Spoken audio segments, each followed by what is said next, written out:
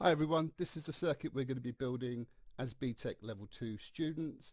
It's an Arduino Uno circuit. The Arduino microcontroller here is connected to your computer through your USB, and then all of the outputs and inputs to the Arduino are connected to the breadboard. We've got an LCD liquid crystal display linked up here. We've got a couple of push buttons for control. I'm only using one of those. We also have a buzzer and a potentiometer which deals with the brightness of the LCD screen. It can be quite daunting. I've never programmed in C or C++ before, and I started this morning, and I can tell you it was a real learning experience, but if I can do it, so can you. Just to show you how the circuit works, very simple. We press the button, this initiates the circuit start, the timer comes on, this timer will go on for 2 minutes and then reset back to press start. But I've programmed an interrupt into the programming itself, so if I press the button again it will cycle all the way through to the end and we'll hear a long tone and it resets like so. So it just tells us the time is complete. Lovely buzzer sound there. Okay, so when it comes to the programming and the actual schematics and hooking all this together, that's going to be done using pictures and diagrams rather than trying to show you using a video. It would be a complete and utter nightmare trying to do it like that. Okay, on to the rest of the video. Okay, so the first thing we have to do in order to build our circuit is we need to hook the Arduino up to the liquid crystal display. The liquid crystal display will be usually, well, almost always connected to some breadboard. Just a couple of things about liquid crystal display. It has 16 columns and 2 rows, and each row or each of the blocks can display its own character, and we can set the starting position. I think it defaults to top left, but we can set the starting position. I will show you just by here. So if you wanted, for example, to start in the bottom left, you would set your LCD set cursor 0, 1, and that tells the LCD to start its message in the bottom left. You also have options for top right and bottom right, but I doubt that they would be used very much, but they are there if you need them. Okay, in terms of the Arduino, it's 5-volt rail here is connected to the breadboard, and then whichever ports, input or output ports of the LCD require 5 volts, you can see they're connected here, and then the ground from the Arduino is connected to the top rail, and likewise the LCD is connected to those as well. You've got your data jumper wires, which if you look very carefully you can see which ports they go to, and there are 6 of those. There is a circuit diagram for it. I might even try and find it. Possibly it could be anywhere, couldn't it? There it is. So if for the purists amongst you, those that would want to read the circuit diagram and connect it all up, that is the circuit diagram there. There's a potentiometer. That potentiometer, which I'll come back to, is this potentiometer here, and that sets the contrast and brightness of the display. And on my one, when I first set it up, I had to mess around with that quite a lot to get a usable display. So, you know, when you first light it up, when you first flash it up, if it's really bright and you can't read anything, make sure you adjust the potentiometer. Okay, so all fairly self-explanatory. You've got the picture of it here, but also there is the circuit diagram, and the circuit we're working with here is a well-known circuit which is called Hello World. A well-known program called Hello World, and what we're going to do is we're going to program the Arduino with the Hello World program and see it working, see it in action. And the reason for that is it's the first one that just shows us that everything is up and running as needed. We've got our liquid crystal display working, and then we can move on from there. Okie dokie. Next thing then, after you've done that, is you're going to want to, let's get this back up here, you're going to want to go to the Arduino IDE software page and download the Arduino IDE 1.8.13 is the latest version for Windows, and you can just type Arduino IDE into Google and it will take you straight there, but you've also got the address here if you need it. And once you've done that, you will open up the Arduino IDE, and I'll try and find the programs that I've got. Okay, and you'll be faced with something like this, okay, which is the basis of any Arduino program, which are called sketches. They're all called sketches, and you've got the setup, which is your configuration to configure the environment in which you want your software to operate, and we'll talk about that in a little bit. And also the loop, which is the main part of the program. As you will know with programs, they continuously loop through a set of commands and carry them out. So most of your programming is going to end up between the opening curly and closing curly brackets of void loop, and your configuration is going to end up in void setup. Okay, so when we configure our liquid crystal display, that will be in void setup, or even before void setup in some cases, and then we've also got the void loop, which is where the main program goes. So when you get your Arduino IDE up, first of all, what I would like you to do is go to examples, because you've got some really fantastic code snippets in here. We'll give you lots and lots of ideas about how you can work with various things. And of course, we're working with a liquid crystal display, and the one that I would like to use first of all is the one that most programmers use on their very first outing, is Hello World. And what this is going to do, it's going to print a message, Hello World, to the LCD display, so it shows everything working. Okay, so we get that open, and here's your sketch. It's a really good idea to use, certainly before you start to get into the coding, some explanation description. That's what these guys have done. But the main part of our code starts here, where we include the liquid crystal library. So include liquid crystal library. It basically tells the Arduino what it's working with and how to send messages to what it's working with. In this case, it's an LCD crystal, and there's a library that has all sorts of configuration parts to it, which we don't need to know about actually. As long as we've included that library, that's absolutely fine. We would also need these two lines here. They're also crucial to get the liquid crystal display working. Anything that comes after 2 forward slashes is a comment, and that's not read by the program, but that's there to tell you why you've done something. Okay, so this first comment initializes the library by associating any needed LCD interface pin with the Arduino pin number it is connected to. So basically, as I said to you earlier, that configures the Arduino so that it can talk effectively to the LCD display. And of course, if you wanted to learn about that's for another day. That's not for today.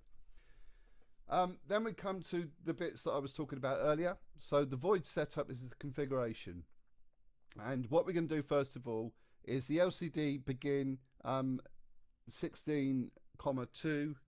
Okay, what that does is it tells you that you're setting up the LCD with a number of columns and rows, and 16 columns and 2 rows as discussed. And then secondly, to print a message to the LCD, lcd.print, okay, and then in quotation marks we've got hello world. Okay, so what would happen, I'm just gonna get rid of all of this here.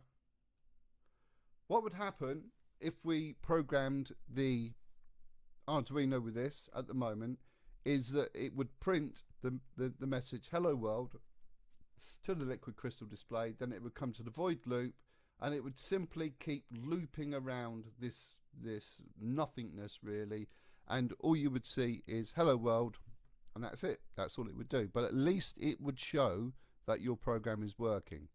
At least it would show your program's working. But we're going to take it, or not we, the person that wrote this program, wanted to just add something as a loop that's a little bit interesting. Okay, so I'm going to now pop that back in there. And what's happened here is the first comment says that we're going to set the cursor to column 0, line 1. So that tells us where the cursor is going to begin the next part of the message, which is the bottom left, as discussed earlier. So LCD set cursor 0, 1, and then what we're going to do, or what's going to happen now, is the LCD is going to print milliseconds. So milliseconds is a command that counts milliseconds as they go forward, okay, divided by 1000. So when the Arduino count gets to 1000 milliseconds, it will print 1. When it gets to 2000 milliseconds, it will print 2, and it will keep on doing that. It will keep looping around that same little bit of code, printing 1, 2, 3, 4, on and on and on until you stop it. Right, okay. So how do we actually program the Arduino? We've got the program. We've looked at some of the coding there. There's a lot more to it, and I would strongly urge you to get reading and really get involved in trying to understand some of this. But for now, we go to Sketch, and what we're going to do is we're going to verify and compile the code. And what this will do is it will tell tell you actually if you've coded your Arduino properly, and that the code is going to execute properly as a program. And if there's any errors, it will show you where those errors are. So first things first, we are going to verify compile. You see the green bar there, no problems. Okay, we could now just go and upload this to our Arduino. So all you've got to do is git upload, press that, and that will upload to your Arduino, and straight away you will see whether it's working or not. I've got it next to me now. I can see that it's working. Absolutely fantastic. What's next though? Well, at this moment in time, nothing, but just wanted to show you what would happen if you made an error with your code. So what would be an error with your code? What could we think of? Well, a very common one, I imagine, is where people, and I do this all the time, forget a semicolon. So we've got lcd.print hello world, and there's a semicolon which needs to close most of these statements, okay? Not all, but most of them. Okay, and if I get rid of that, and I go to Sketch, Verify, Compile, this time it shows me an error, and it tells me the line where the error is and what's missing. So it says we're expecting a semicolon before the closing curly brace. Okay, so let's pop that back in, and of course I think we know that our Sketch will now verify and compile. When you're working step by step through a program, you want to compile on a regular basis. So if you're working through, each time you add a line of code that you want to do something, you actually want to check that. If you don't do that, if you add loads and loads of blocks of code, you're going to end up with loads and loads of errors, especially when you're starting out. So each time you add a line, think about the line you've added, check the syntax, and then compile it. Okay, right, let's look at the actual working hello world circuit. It's getting quite dark now, but as you can see, 146 and counting seconds have elapsed since I programmed hello world, and this is exactly what you should see when you program your Arduino. Okay, don't forget this potentiometer here for the contrast, but if everything's working correctly, when you do your first program, you should see hello world and then the seconds counting through. Okay, and it will keep counting until you stop the program itself. Right, I suppose just going to show you, if you did want to stop it, there's this little button here. Okay, hopefully you can see that where my finger is. That's called the reset button, and if you press that, you should see the LED, yellow LED flashes a couple of times. That resets the program, and you can see hello world, and now we're back near the beginning. Okay, right, onwards and upwards. So back to our timer program. I've obviously finished the program at this point, so I'm going to deconstruct what I did and the steps that I took. I try to make the steps as small as possible without making it too laborious. But so the very first thing I did was I stripped out everything apart from the things that I needed. I've got the liquid crystal library, which I said before, you're going to need that. You've got void setup, and in the setup I've got the LCD begin, which I've set up at 16,2 as discussed before. Okay, and then we've got the opening curly brackets and closing curly brackets, which tells us that's the end of void setup. And then we come to the main part of the program, void loop. Don't forget, once again, your opening curly and closing curly braces. And this time we've got the LCD. We set the cursor to the top left, 0,0. We've got the LCD print command, and that's going to say press start. With don't forget the closing colons. Okay, and we've got the LCD print. Now, I had a problem with my circuit when I was first starting, and what was happening was it was using all of the characters on each row. So it was going press start and then press start again, or as far through press start as it could go to. So to solve that, I've also, after we've got press start, we've got LCD print and basically blank characters. Okay, and that should initialize the LCD so that all that you see on that top line is press start, and you don't see anything else. You go into the sketch, and I'm flying by the seat of my pants here because I've just removed all the code, so hopefully it's going to verify and compile. Okay, yeah, get in there, back of the net. Okay, so there we are, and what we then do is we take that code and we upload it to our Arduino, and I can see that it's gone straight away to press start. Hopefully you'll take my word for that. But so when you're actually doing this part of it, what you should see straight away is you've got press start and nothing else happens. That's all you see, a message that says press start. It starts in the top left corner. You don't see anything else other than that. Okay?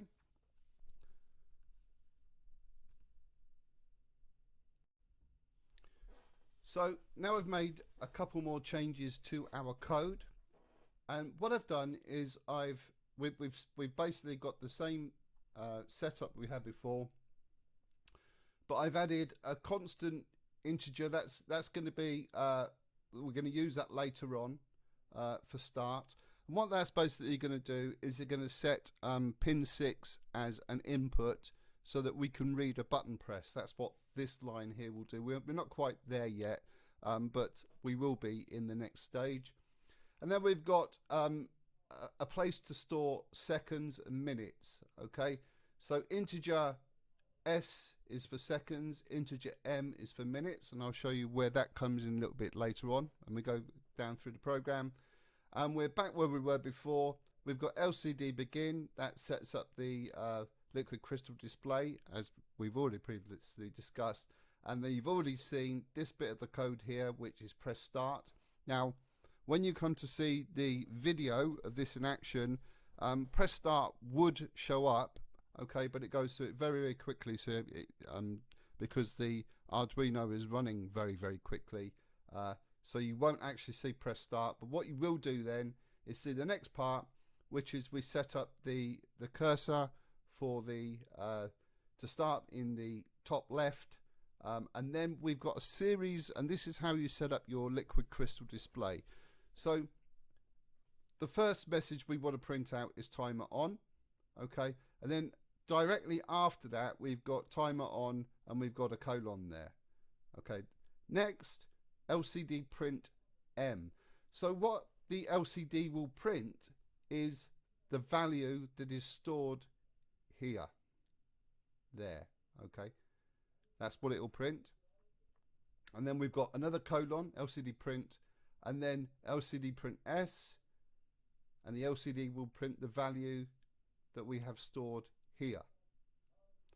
Okay, And then, as discussed before, I've got LCD print blank characters just to make sure that we haven't got any problems, because I've had problems there before. Okay, and then we come to the part of the code which is going to make S and M work together. So what we do is we have a delay, and the delay is 1000 milliseconds, which is 1 second. Okay, and then each time it counts through that delay, the seconds increment by 1. So if S was a 0, it counts through the delay. 0 plus 1 is 1. So after one iteration, S is going to be 1.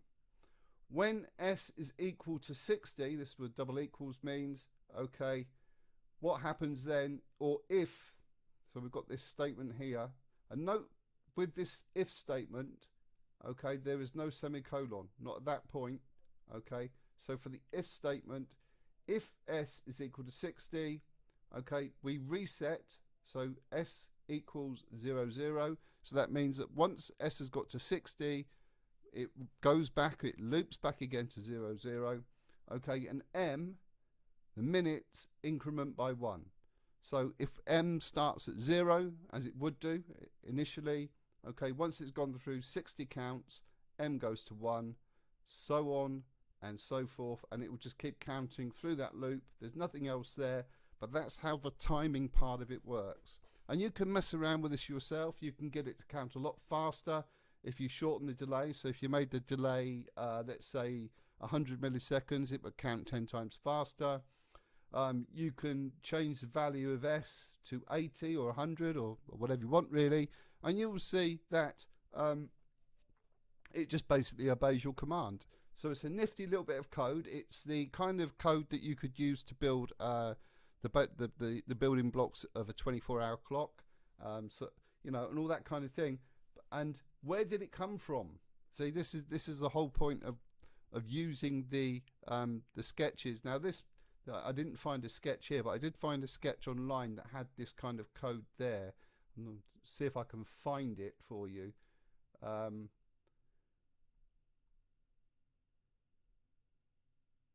So yes, this here, so there are loads and loads of fantastic tutorials online, people that have done this kind of thing. The thing that I want to note about this tutorial, because it's what we're going to be doing next, is you see these buttons here. Okay, so they're connected to the ground rail, and then they are connected to an input. And we're going to set up on our circuit something very similar to this. Okay, the only difference being that you're going to connect it into, I believe it's pin 6 or 7. I'm not quite sure, I can't remember. They're all slightly different. Okay, so I believe our one goes into pin 6. Okay, and so you've got from pin 6, it's going to go to a push button down to ground.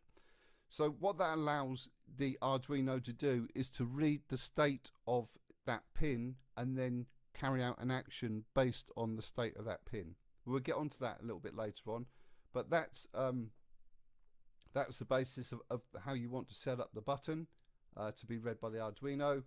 And just to quickly come back to the code, so this code here is for a 24-hour clock. You can see there's a lot going on in there, but the bit that I stole, if that's the right word for it, is just this bit here, just around there. Okay, and that's what you're going to want to do with your programs. Find someone else that's already written some code and try and modify that and adapt it to your programs, and that's a great way to learn how to going forward.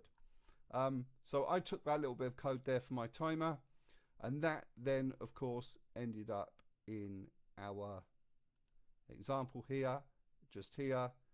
So I'm not claiming any particular genius, I nicked it off someone else.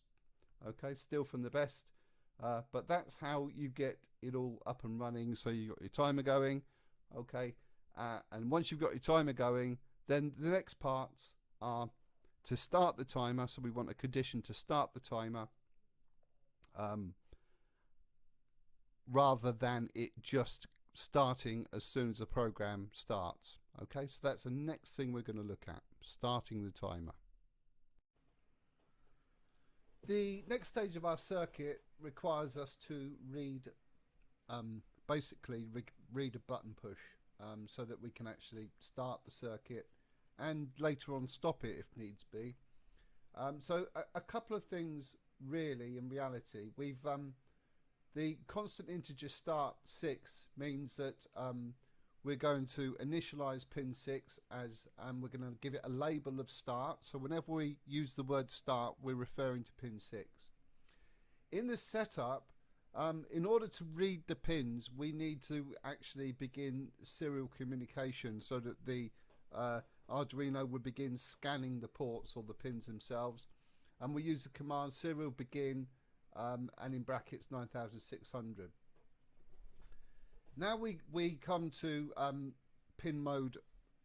Now we come to start, or pin 6, and what we're going to do is we're going to initialize pin 6 as an input. That means we read pin 6 and changes on pin 6, and we're going to set it so that initially it's at 5 volts, or as we call it in electronics, high being 5 volts in this particular case, and low being 0 volts.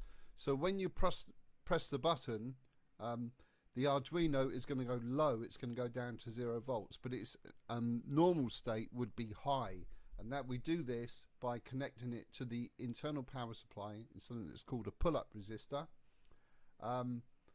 and the comments set pin 6 as high. If button is pressed, pin 6 goes low, and we can read that pin press. I beg your pardon, button press. Okay, everything else in here is just as it was. All we've done is we've added in the button and we've given it its label, and then we come to where we actually start to use the button. So in order to read the pin, or any pin, we've got there's basically two commands, digital read and digital write, and we've also got the if conditional statement here. So what this is actually saying is, okay, if digital read start equals low, i.e. it reads that the button's been pressed, okay, carry on and do the rest of this code here. Okay, that's all it's saying. It's saying if it reads that the button's pressed, i.e. the condition's gone low, then carry out the rest of this code. If it doesn't read that, then it simply cycles around this loop here until it reads this command, and then it begins to cycle around this loop here.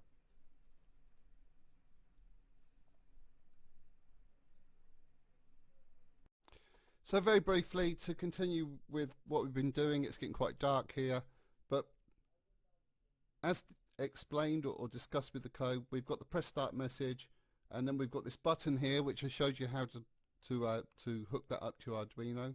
I believe this is hooked up to 6, okay, pin 6, and when we press the start, what should happen is the timer should start.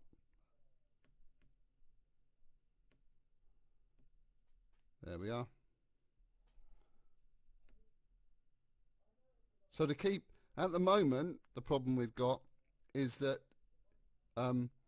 what I need to do is I've taken pin 6 down what we call to a low state, okay, and if I don't keep my finger on pin 6, sorry, on the button that's connected to pin 6, what happens is it jumps back to the beginning, just like that, okay.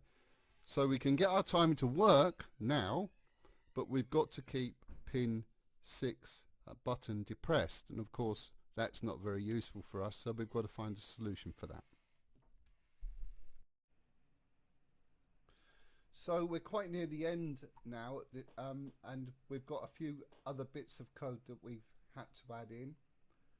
At the top here we've added another integer t for timer. And what this is a way of storing the count without referring to the display. I found it quite difficult to get the display to reset correctly without having this extra storage, which I'm going to use in a for loop here. So this is a for loop. Okay, so the for loop, what it does is if we get to a situation where we read the input button as being low, then we do a for loop which checks on basically two conditions. One is that t equals 0. So if t equals 0, or we've got t is less than or equal to 120, then we're going to increment t. Okay, so those two conditions, those there, are going to mean that t for every second is going to go up by 1 until eventually it reaches 120, and when it reaches 120, then we're going to get to this situation here, okay, where m 120 seconds, so the minutes will equal 2, okay, and then under that, if the minutes equals 2, and this little operator here is called the OR operator, or we read the digital read, the button's been pressed low again, that's the interrupt I was talking about earlier, then if either of these two conditions are true, then what happens is execution of the code goes through to this part here, where we've got a situation where we clear the LCD, we reset the LCD to 0 and 1, so that's the bottom left, okay, and then we print timer complete. We call a delay of 3000 milliseconds, and we also, and this is important, reset the seconds, reset the minutes, and make t equal 120. Okay, if you don't do that, it's going to keep looping through. So t must equal 120 so that it satisfies this condition here. Okay, so once again, we read pin 6 with the button pressed low. Code executes to this line here. It checks these conditions, and all the time these conditions are not fulfilled, t increments. That means t counts 1 each time for each loop. Okay, that is displayed in this part of the code here, and this part of the code deals with incrementing the seconds and the minutes, which are displayed on the timer itself. We discussed that already. And what will happen until m equals 2, or we read a button press, the code will just keep looping through this this part of the code unless either of these two conditions are true, you know, and if they are, then the code then goes through to this condition, and when that is completed, we go all the way back to the beginning where we've got the press start part here, and it keeps looping through there until it reads a start again, and the code just keeps going on and on and on in our very simple little timer.